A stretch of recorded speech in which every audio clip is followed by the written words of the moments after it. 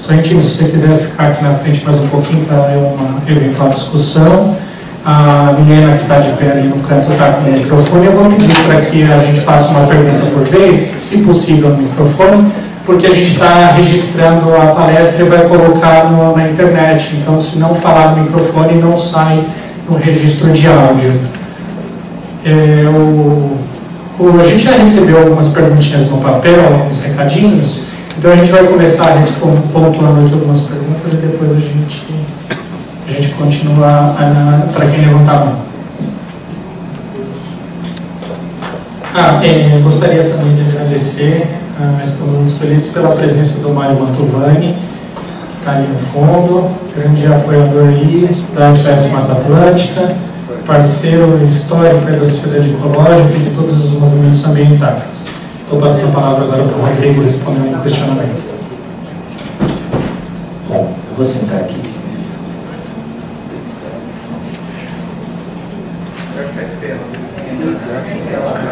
Foi perguntado sobre a questão da água e a importância das florestas para a sua conservação. Né?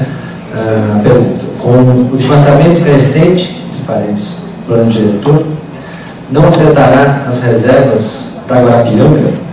Não precisa falar o nome da pessoa que perguntou. Não tem necessidade. Bom, a minha visão sobre a distribuição da APA em Rio Verde é a seguinte: a maior parte do território da APA verte água para a bacia do Baixo Cotia. Né? Então, a longo prazo, estará afetando diretamente as cabeceiras do Rio Cotia, né? Que abastecem 500 mil habitantes, mais a região Osasco, Barueri, mas que são águas que não vão para Guarapiranga. É claro que nós estamos numa região de divisas, né? Uma região de divisas de bacias. É muito interessante isso, que um território, uma pequena porção de terreno, você verte o outro lado do morro de um relevo, você já tem um relevo que verte para Guarapiranga. Mas a maior parte da APA verte para o Cotia. A perda de massa verde, né? A perda de área permeável, ela, claro que a longo prazo ela vai ter um impacto negativo. Anos atrás eu trouxe aqui nas apresentações, principalmente com o público mais escola, uma maquete muito simples, né? Que foi uma construção que eu bolei, uma maquete que tinha metade dela terra nua e a outra metade eu plantei umas mudas, né? E ela foi crescendo e construí artificialmente um lençol freático com plástico embaixo da terra, né? E simulei uma chuva, né? E foi muito claro os efeitos, né? Uma chuva numa terra nua promove ali a enchente, a perda da água, né? E ao passo que numa área onde tem cobertura vegetal, a água infiltra, ela não corre, mas ela corre subsuperficialmente por debaixo da terra e vai vertendo água. Então eu diria que o maior impacto está para a região da bacia de Cotia, mas como um todo, pensando no nível regional, qualquer perda de cobertura vegetal tem impacto, como o Diego falou, na temperatura regional, em questões mais regionais de distribuição de umidade. Ok? Espero que tenha respondido. Só um comentário, a gente vai procurar ser um pouco breve nas perguntas, porque como a gente já estourou o horário, a gente, lógico, abre aí um e-mail da Sociedade Ecológica para eventualmente alguma coisa mais extensa a gente marcar no segundo dia. Diego, você quer falar? Deixa eu só... Wilson, você precisa dar um comentário? Não, pergunta. Oi? Pergunta. Tá, só um minutinho, por favor. Pode falar, Diego. Bom, respondo uma pergunta de uma moradora de Itapecerica, né, que coloca aqui grandes considerações, né, a respeito do cinturão verde, do tema que nós colocamos do cinturão verde, e ela enaltece aqui, né, a seguinte questão: o que fazer no sentido de garantir a existência de alguns remanescentes de área preservada que ainda restam frente a uma paisagem natural cada vez mais recortada e cheia de manchas ou falhas. Que institutos podem ser acionados no sentido de rever ou fiscalizar esse problema? Bom, inicialmente eu diria que nós temos a força policial, que ela tem a obrigação, o Estado deve garantir que a força policial atue no crime ambiental.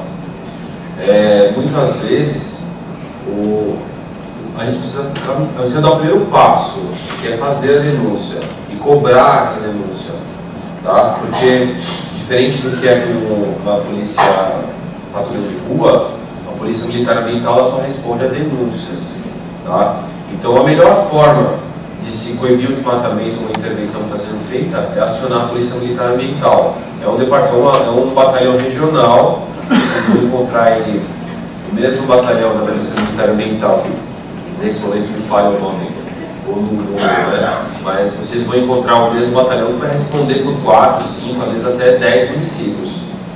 Mas nós temos, infelizmente, o contingente deles é muito inferior à polícia patrulhamento de rua, mas eu acredito que a melhor forma é acionando o serviço policial. Outra forma é acionando o disque denúncia da Secretaria do Meio Ambiente.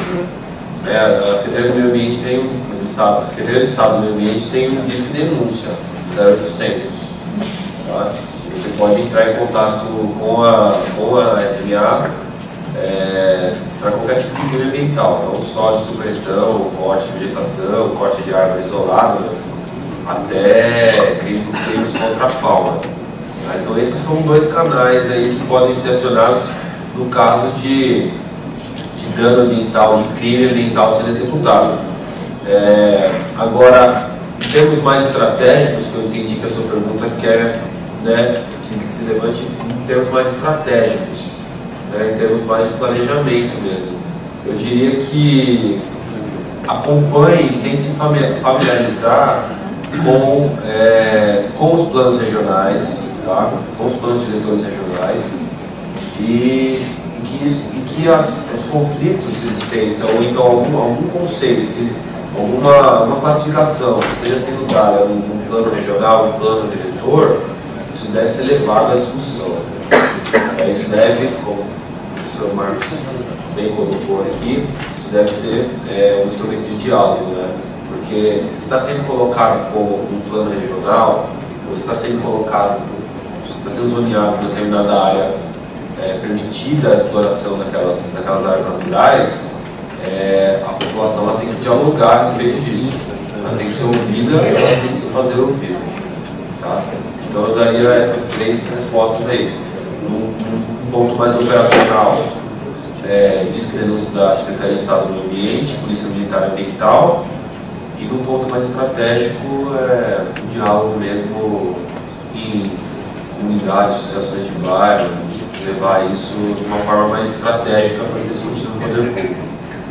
Tem uma pergunta aqui, Diego. A gente marcou umas 4 pessoas que já pediram, eu vou levando o microfone, porque como está gravando, assim a gente fica com o registro, tá? Boa tarde, bom dia. Já desde a primeira palestra eu já queria perguntar, porque eu sei que é um assunto interligado ao outro, mas eu vou começar pelo Marcos Sorrentino. Meu nome é Carola Raima e trabalho com o meio ambiente também há muito tempo, pela Eco Associação, uma instituição. Nós estamos aqui há 2 anos, não temos muito conhecimento dos projetos que têm acontecido durante todo esse tempo que vocês têm falado. Segundo o nosso professor palestrante, Marcos Sorrentino, falou que temos que aproveitar todos os canais de diálogo para poder fazer educação ambiental. E para isso, eu percebi que eu levo lixo reciclado no Parque do Riso como uma moradora, uma cidadã comum, e sem conhecimento dos trabalhos que têm sido feitos. Eu chego lá, levo lixo reciclado, sabendo que eu vou ter uma quantidade de mudas para levar para minha casa. E eu tenho um rio que passa dentro do meu terreno, dentro do Embu Colonial, que eu não sei se faz parte da pesquisa de vocês, que esse rio está extremamente poluído. A minha casa que eu comprei tem água poluída porque o encanamento da casa sai direto para o rio, eu vou ter que fazer toda a reforma. provavelmente várias outras casas têm o mesmo problema. E só tem um lado do rio que tem mata ciliar, o outro lado está totalmente desmatado. As casas praticamente chegam do lado do rio, já vem sendo construídas há muitos anos atrás. Então, assim, este canal do Parque do Riso, da gente ir lá, levar o lixo reciclado, é excelente para a gente pegar umas mudas e plantar na beira do rio, que está faltando. Se cada um fizesse isso no seu terreno, já ia ser alguma coisa. Só que eu sinto muita falta de orientação, porque eles dão plantas ornamentais, exóticas, e eu já pedi várias vezes para eles me orientarem qual espécie da planta eles não sabem quais são. E principalmente, desculpa, eu esqueci o seu nome. Principalmente, Rodrigo, a gente não sabe qual espécie plantar na área aberta ou na área fechada, ou na área de borda, como você explicou. Existe algum projeto, alguma ligação da pesquisa de vocês com a comunidade para educar essas pessoas a poderem ajudar na recuperação de água e mata ciliar e o que for preciso? Desculpa, espero que eu tenha sido clara, mas... Bom, eu vou falar um pouco, depois eu passo a palavra para o Marcos, que acho que a pergunta é um pouco geral. Bom, o que foi falado é uma coisa importante. Nós trouxemos aqui informações muito técnicas, né? E a revista, ela é um canal onde a gente transformou o conhecimento técnico numa forma didática de passar o mesmo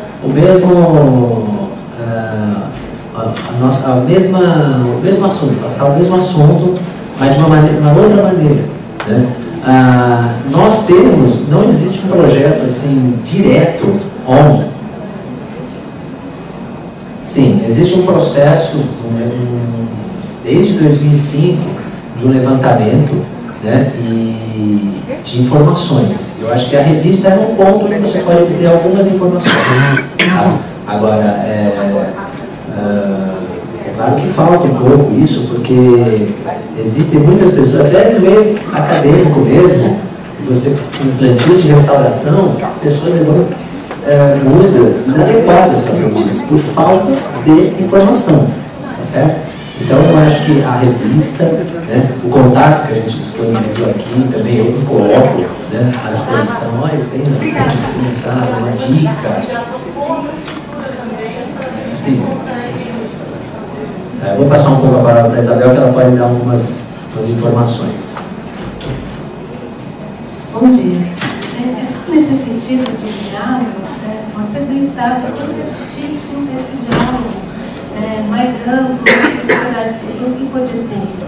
Então, o que a gente tem buscado ao longo desses anos é justamente transpor essa dificuldade de diálogo, porque mesmo as questões de plantio, e o Rodrigo, durante todo o processo, alertou, né, essas matas próximas aos centros urbanos, elas sofrem a influência direta da vegetação urbana. Então, existe a carência de planos de fato municipais, né, de planejamentos municipais no plantio, na recuperação da vegetação urbana, e mesmo quando você vai limpar, que isso não é privilégio de ninguém, isso é um privilégio de política pública em geral, por causa dessa fragmentação.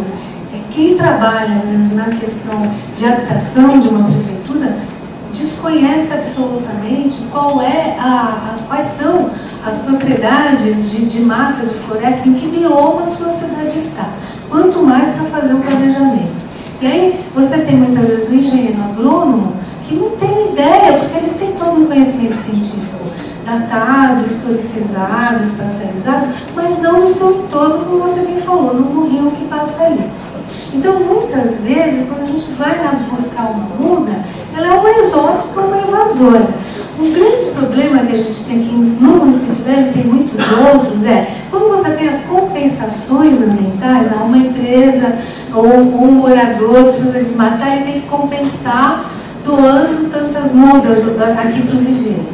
Mas não se tem um plano, não se dá para aquele que vai compensar quais as as árvores adequadas para replantio ligadas à questão do bioma, da Mata Atlântica, da nossa diversidade. Não se tem um levantamento ainda em nível de gestão pública, por mais que a sociedade civil faça esses levantamentos, mas essa ponte é a maior dificuldade, porque nem sempre o gestor público considera esse trabalho feito, como nós vimos trabalhando com escolas e com população e com a divulgação desse conhecimento em associações, em todos os níveis, mas do ponto de vista da sociedade civil organizada. O que precisa haver é realmente essa consciência, esse trabalho em conjunto, poder público e sociedade civil organizada, e levar em consideração todos esses conhecimentos que têm sido produzidos, inclusive um grande esforço em nível aqui, local, regional. Se você for à Câmara, e aí não, isso não é uma crítica, mas é uma necessidade, perguntar para os nossos vereadores que vão aprovar ou não determinada lei para o nosso município, quais são as árvores importantes para a gente lidar com o reflorestamento, com a recuperação dos corpos hídricos. Eu não acredito que a gente vai obter resposta.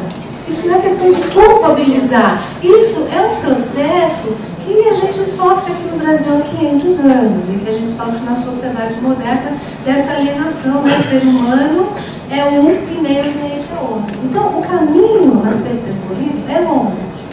Existem muitos esforços de muitos lados, do poder público, do poder privado, da sociedade civil, das grandes instituições de pesquisa, de estudo, das universidades. Mas esses sujeitos, esses atores, todos ainda têm muito essa dificuldade da fragmentação do conhecimento e da ação. Então, o processo é longo. E o que a gente precisa, sim, é de uma postura de cada indivíduo enquanto sujeito de ação, sujeito de construção, né, de novos parâmetros, de novas condutas de vida, e que esse sujeito estenda, amplie seu diálogo, né, em referência às instituições, às organizações. Não é um caminho fácil, o conhecimento existe, mas nós precisamos de educar a sensibilidade e de educar o conhecimento. Hein? Tem mais uma pergunta que eu faço?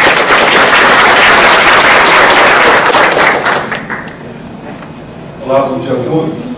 Meu nome é Rafael, eu sou nascido em Morro Grande, aqui perto, né? E biólogo, trabalho também com consultoria e pesquisa.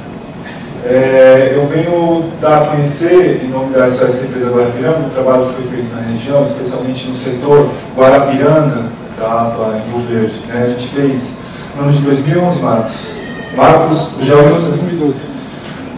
Nessa região foi feito um diagnóstico dos corpos d'água, então tem algumas microbacias que foram analisadas que então saem da APA, esses dados estão disponíveis em relatório, e uma análise, uma classificação do uso do solo, também atualizado para o ano de 2011 e 2012, é isso?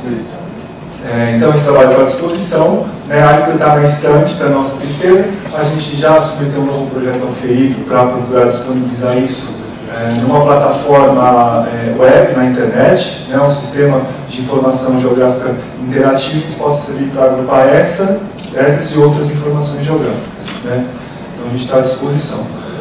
E uma outra, e aí a questão propriamente dita, né?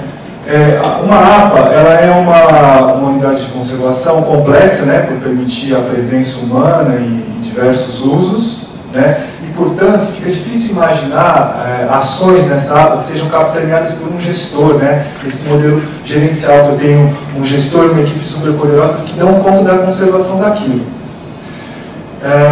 No caso de uma APA, acho que é especialmente importante o tecido social que se forma ao redor dessa questão. Né? E aí a gente está vendo aqui, talvez, não 1 milhão, porque esse tecido social já existe há muito tempo, a própria APA é fruto, a criação da APA é fruto desse tecido social. E aqui ele está sendo alimentado com novas pessoas e novas instituições. Né? Esse tecido social envolve vários níveis. E como pensando em instrumento, pensando na prática, né, nos instrumentos que a gente pode ter para efetivamente melhorar a conservação da APA. Plano de manejo, sim, é importante. E uma coisa que não foi falada aqui, que é também muito importante, é o conselho de uma APA, né, que é a instância política formal que pode agrupar atores sociais de diversos níveis e que pode ser muito atuante e efetiva na conservação dessa região. Né? Então, a minha pergunta seria essa: se já existe o Conselho da APA ou se existe previsão para que ele seja criado. Né? E, para encerrar, parabenizar a coragem do governo municipal de ter criado essa unidade. Acho que esses fragmentos pequenos, florestais, dependem muito do nível político municipal, né? E são poucos os governos municipais que têm essa coragem. E o envolvimento da Sociedade Ecológica Amigos de Imbuti está nesse processo desde o começo e pondo lenha nessa caldeira. Né? É isso, eu agradeço. Ok. Obrigado pela pergunta. Existe sim o conselho, o gestor da APA, está descrito na revista, né? Então essas informações você pode obter na revista, tá certo? Marcos, você gostaria de comentar alguma coisa que você fez na questão passada?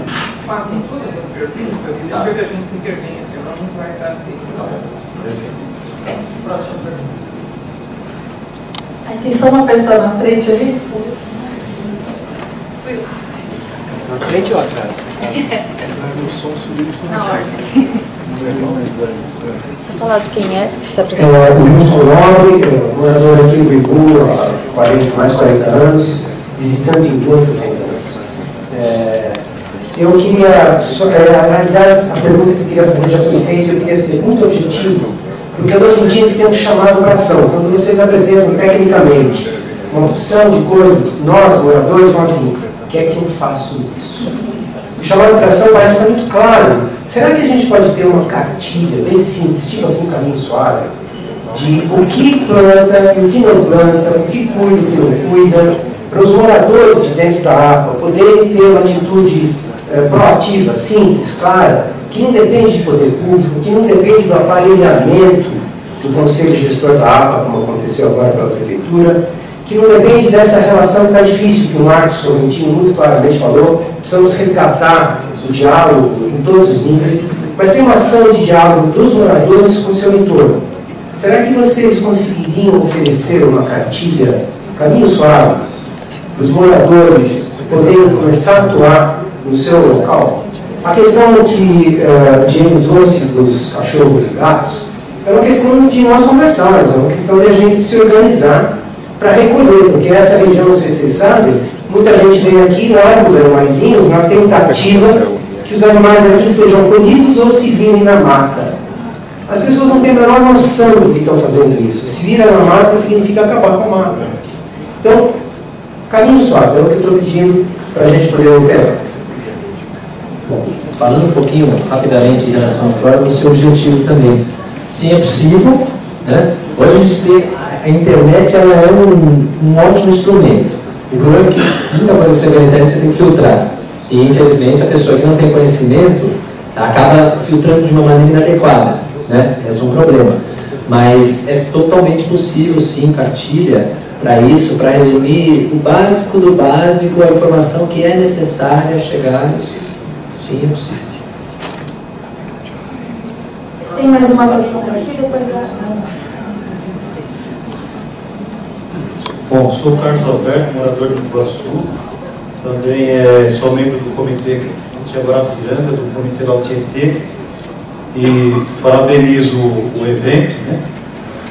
E a minha colocação é, como arquiteto, eu defendo que um plano diretor tem que ser feito por vários profissionais. O biólogo, o geógrafo, o geólogo. Depois desse diagnóstico, que aqui foi feito só por uma parte do Imbu, aí você possa traçar um plano diretor. Mas, primeiramente, os estudos técnicos, né? Que foi mostrado ali uma série de manchas de vegetação que devem ser preservadas, a questão do corredor ecológico e assim por diante. E a gente vê que na prática, de modo geral, não foi só aqui no Imbu, a gente vê que é uma coisa, as audiências públicas manipuladas, né? Nós sabemos que os bastidores, os interesses políticos e imobiliários são definidos nos bastidores. Essas pessoas não vão para a audiência pública, eles definem no gabinete dos prefeitos, né? Então é assim que funcionam os planos diretores, de modo geral. Eu fiz um TCC de pós-graduação de geoprocessamento, e a imagem satélite de 2006 foi aprovada a lei da Guarapiranga, e a imagem satélite de 2011, 5 anos depois, foram desmatados equivalente a 3 vezes o município de Taboão da Serra, na região da Guarapiranga, né? E a própria lei tem uma série de instrumentos, o escritório regional da agência de bacia, que não foi feita, a lei ela dá um prazo para fazer isso, a lei é uma lei de gestão, então quer dizer, quem é o gerente da lei não existe, porque não criaram o escritório. Outra questão, fiscalização integrada, não adianta também criar uma lei, não ter fiscalização. Fiscalização integrada é juntar todos os municípios fiscais, pessoas do Estado, não tem fiscalização integrada. Eu acho que aqui esse fórum, viu, Rodolfo, nós temos que cobrar da Casa Civil o que aconteceu com o processo do gerente da CETESB, que foi preso. O que aconteceu? Apareceu na mídia, desapareceu de novo. Será que ele agia sozinho dentro da CETESB? Será que ele comia propina sozinho? Será que ainda não está lá? Então nós temos uma dificuldade maior nessa região, hoje, que quando você entra com processo na CETESB, demora 1 ano, no mínimo, para ser aprovado. Isso também gera o que? A irregularidade. Porque uma pessoa, quando ela sabe que ele leva 1 ano para ser aprovado um processo, ela muitas das vezes pode virar as costas e querer fazer do jeito dela, né? O nosso colega aqui, o Rodrigues, mora na região ali de Iguaçu, e esse catálogo de espécies aí da fauna que vocês fizeram, sabe como ele sabe? Todo dia ele passa e vê um animal morto, atropelado, né? Então ele pode dizer quantos animais tem na região, mas através de foto e todo esmagado sobre pneus, né? Então a importância do trabalho do biólogo, na minha opinião, que deveria ter em toda a prefeitura, fazer um trabalho de levantamento da fauna e da flora, que poucos municípios têm esse trabalho. E a única questão que eu queria colocar é se esse evento está dentro do projeto do FEI, que eu também faço parte da Câmara Técnica do FEI do Altietê. Só isso, e eu acho que além de a gente também perguntar, estamos aqui a contribuir também. Obrigado.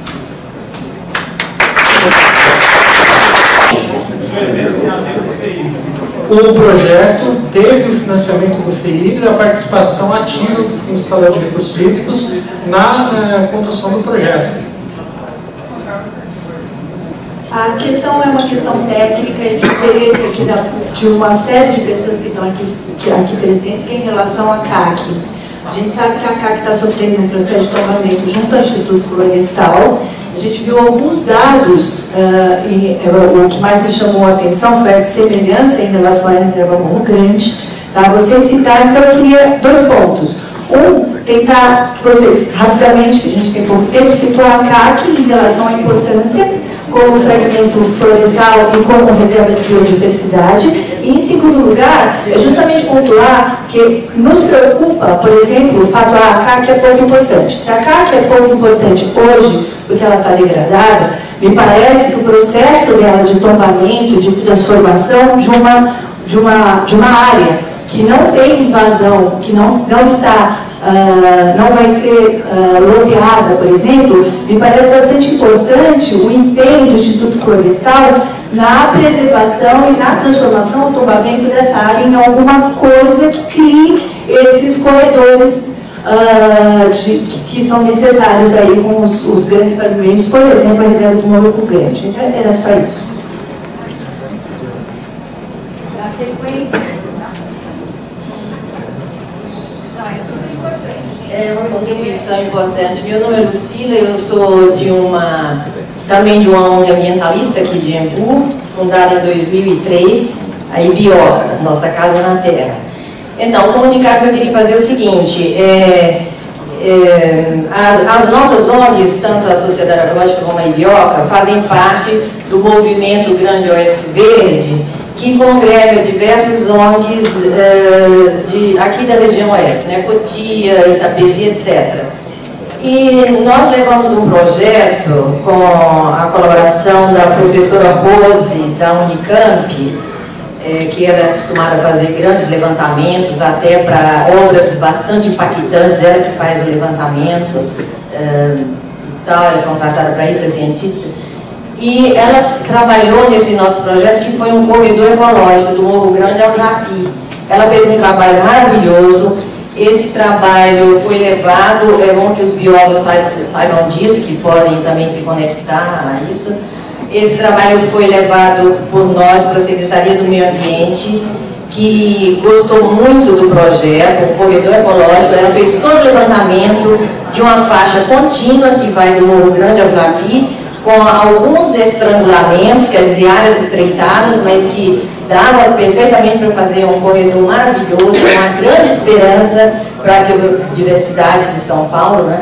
Então, esse corredor Morro Grande Japi, levamos para Bruno Covas, ele aprovou, os técnicos dele, os mais competentes, ficaram encantados com o projeto, que viram a viabilidade, fizeram uma portaria para criar um grupo de trabalho para trabalhar nesse corredor, e gostaram tanto que resolveram estender até Jurupá, e daí vai para a Serra do Mar. Então nós teríamos um corredor contínuo, a APA de Embu está totalmente dentro, então é uma grande esperança. Agora, no último dia 5, se não me engano, a Secretaria do Meio Ambiente do Estado convocou para um encontro na Prefeitura de Cotia, porque vai ter que ser feito um trabalho com todas as prefeituras esqueci agora os municípios, não sei se 25, que vão fazer parte desse corredor, que eles disseram que as prefeituras vão ficar animadas, porque não vai ser que ninguém vai poder mexer no ambiente nem nada disso, né? Portanto, que vai ser respeitada um corredor para a fauna, com todos os cuidados e tal.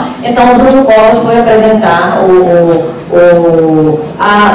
ele foi, vamos dizer assim, ele foi mostrar que ia começar os trabalhos do grupo de trabalho, que inclui ONGs, Sociedade Ecológica, a nossa aqui também, e outras, e biólogos, para trabalhar no grupo de trabalho desse corredor.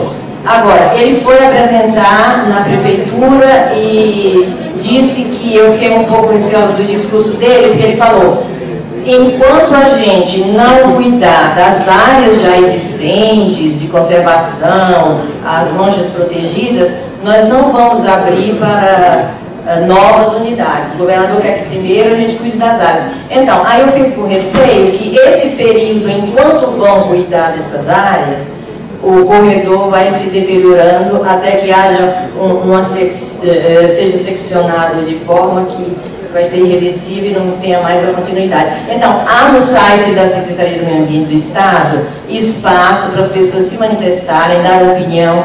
Então, vocês, por favor, divulguem isso. Quanto mais a gente mexer nisso daí e agitar, mais eles vão ver que tem pessoas interessadas em proteger a biodiversidade.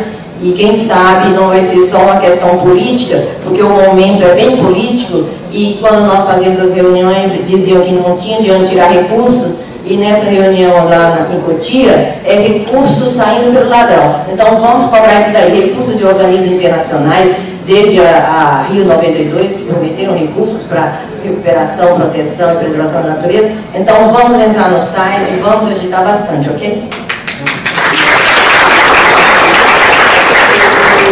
Diego, Marcos, Rodrigo, vocês precisam comentar mais alguma coisa? A gente pode ir para o no final.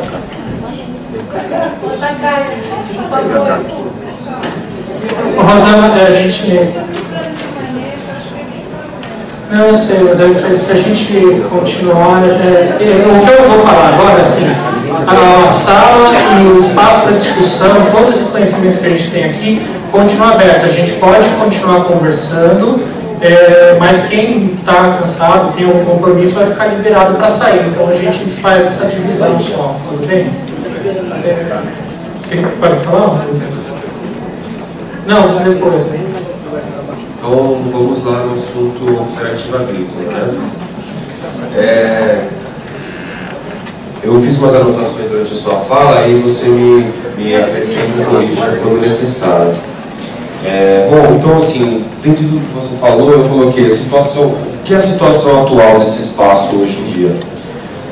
Quando nós propomos a escolha desse local para fazer o estudo de fauna, foi porque, apesar de ele não ter grandes fragmentos de mata no estágio secundário, em bom estágio, ele está inserido naquilo que eu coloquei no começo, que é uma matriz permeável.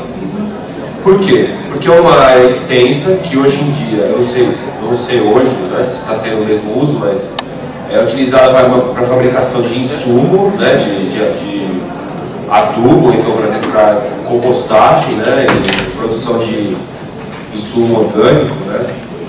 Então, ele é uma área que os fragmentos, é aquilo que eu disse, os fragmentos eles estão inseridos numa matriz permeável. Apesar dos fragmentos não serem de grande estágio de vegetação, estarem, o Rodrigo pode falar muito melhor do que eu, não tem aqueles exemplares de espécies arbóreas né, que dão essa identificação para nós. Praticamente todos os animais todas as espécies de mamíferos que nós encontramos em Itatuba, nós encontramos na CAC, exceto a onça parda. Então, e nós encontramos o furão, né? Nós encontramos o Galidix, o furão, nós encontramos só na CAC. Então, assim, é um local que nós até conversávamos no momento do trabalho de campo, é um local que ele está a perturbação ela está acontecendo, ela está no presente, né? É um dos fragmentos que nós entramos que a gente falou, nossa, a coisa está mudando agora, né? Não é aquele fragmento que já está detonado, ele está mudando. Então você tem um pequeno curso d'água no qual nós encontramos montelada, mas também você tem um ambiente com água bem parada, onde nós encontramos o neocastro, que é o ratão banhado, que o amigo perguntou no começo, que é um animal extremamente comportamento invasor também. Então, assim, é um ambiente que está em mudança, né? É um ambiente que está em mudança.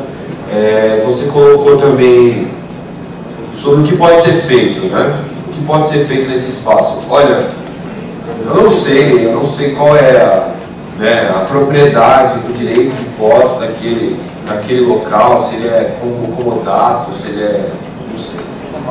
Mas é um espaço que poderia ser utilizado para lazer da população.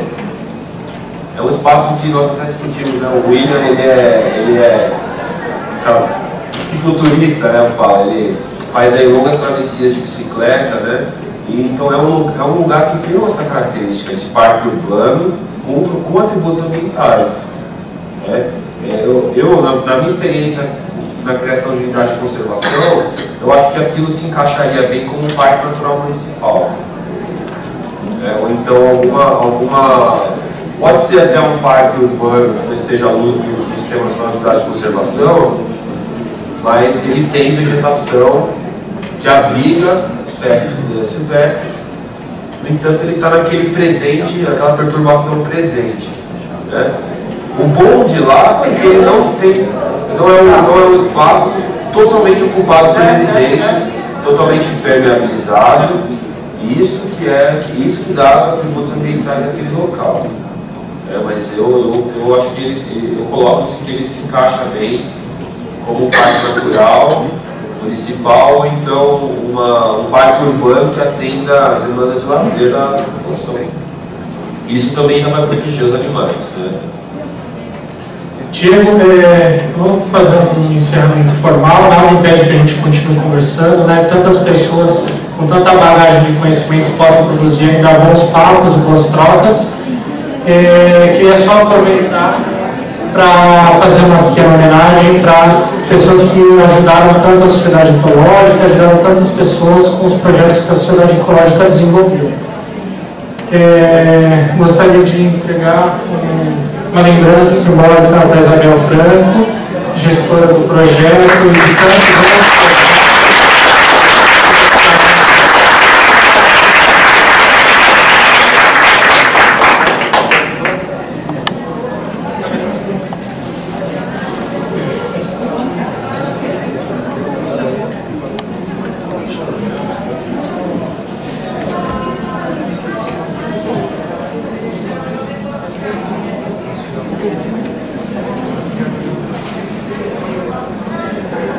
Gostaria também de chamar o Leandro Dolente,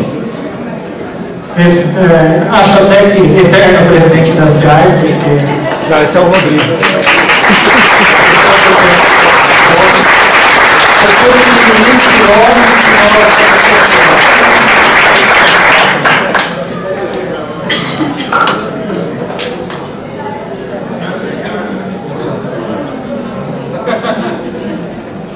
e entregar também uma pequena lembrança para os nossos palestrantes de hoje, que enobreceram e enriqueceram o nosso evento.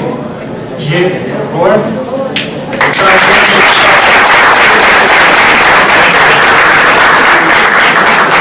William, dá um clique aqui.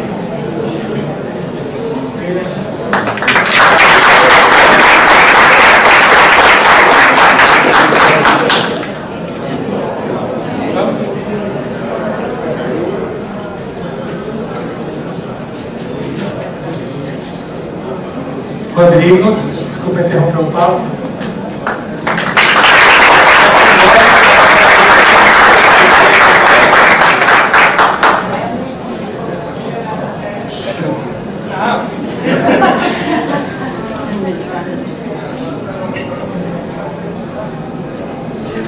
E Marcos Sorrentino.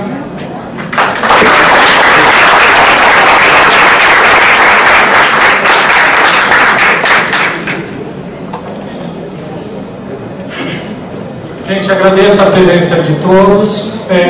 Considero já o evento um sucesso em relação a tantas contribuições, a tantas pessoas determinadas em proteger o meio ambiente e a disseminar a informação para a sociedade.